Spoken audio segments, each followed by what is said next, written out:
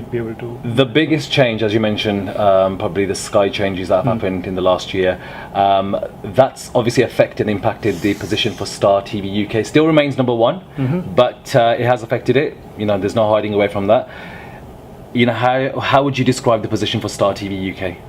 Well, it's interesting that you mentioned the EPG changes, which happened in August of 2017. But if you notice that itself wasn't a notable event. Like 10 months prior to August, TV viewing for South Asians had dropped 13% already. And honestly, if you ask me, I'm pretty proud of how we've held our ground over the last it's been almost a year. If you compare 2016 to 17, our share of viewing actually dropped 4%, while the number of BARB channels actually went up twice. Compare it to how we stack up, say, against the Channel 4 and Channel 5 for viewing on South Asians. We are neck and neck with ITV as a preferred platform for South Asians. August 2017, we were 3x of the next best. We are still 3x of the next best. So I think form is temporary, class is permanent. So I would say that we are pretty comfortably placed still. So, but are you feeling the pressure at the moment because of the changes? I'm not just saying the changes from Sky. BARB sampling is also a factor as well. The panel constantly changing, and obviously we've had the economic climate, which you mentioned, Brexit. So everything put together, you must be feeling a little bit of pressure, right? Oh yes, of course. In fact, pressure is good, I would imagine, because there's no sense of entitlement that we have. That we are in the business of, we are storytellers, and ultimately whatever we do has to meet consumer preference. And bear in mind that we are not taking on like really small businesses. We're taking on very admired brands, the likes of Viacom, Sony. It's not a David versus Goliath fight, right? It is. So the fact that we are ahead, despite the whole thing about us being the only ones on the base pack, and we haven't really changed that position, is a matter of pride for us. But whether we're feeling the pressure, whether it's competitive times, absolutely, but not just for us. The thing is that we were the only ones with something to lose. We were the incumbents, so obviously that position that should not change. But pressure is good. I think we're in for some very interesting times, but I think there are enough and more opportunities as well. Indeed. But Star Plus has, even though its share has dwindled, its reach continues to remain more or less stable. Obviously it's gone down from the million that it had before to half of that now. So why would you say that is? Would you believe, is it because of your programming? Is it because of the competition, say, from Pakistani channels? Suraj, in fact, it's a great opportunity because you're an influencer. We consider you as a huge one. I think one of the challenges that we face as an industry is the rampant piracy.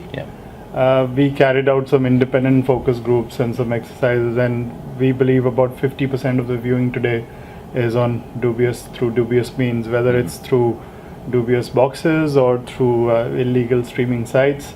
The disparity between social media chatter versus what we see as ratings could not be more distinct.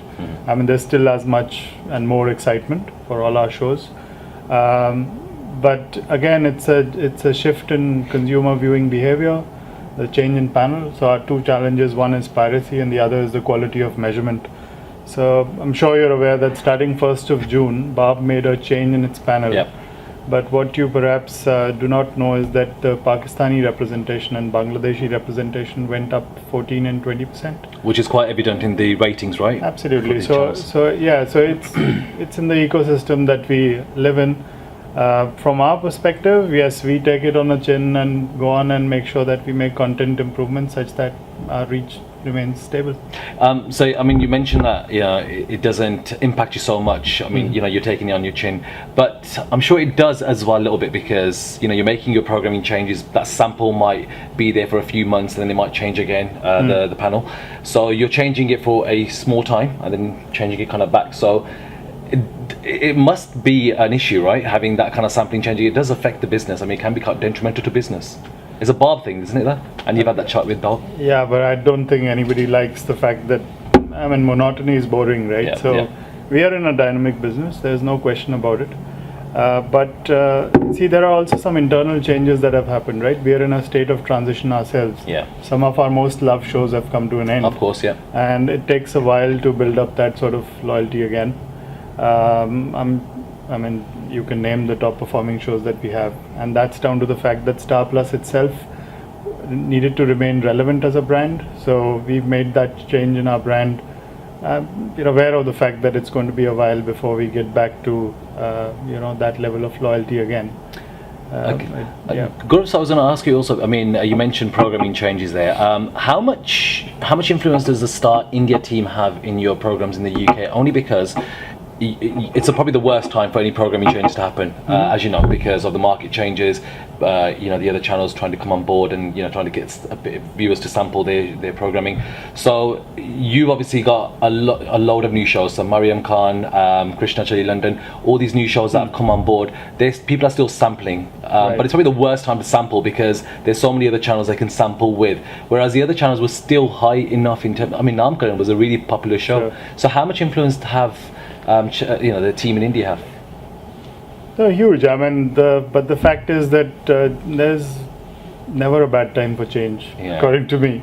I mean, had we been on an absolute top, and you would have asked the question that, okay, why do you need to make that change? Yeah. But the fact is that those changes are not for the sake of changes alone. They reflect the shift in the brand. I mean, you would have seen that's been met with a new campaign with Of course, Alia yeah. Bhatt as the ambassador, and the fact that Star Bharat has become a pillar in itself in Yes, India, yeah, right? yeah. So there's very distinct sort of. There's also a realization that long-running shows, while they drive loyalty, at some point of time will need to have a meaningful end. All good things in life come to an end, but India does have a role to play. But today, 6.5 hours of our programming on Star Plus is unique to Star UK.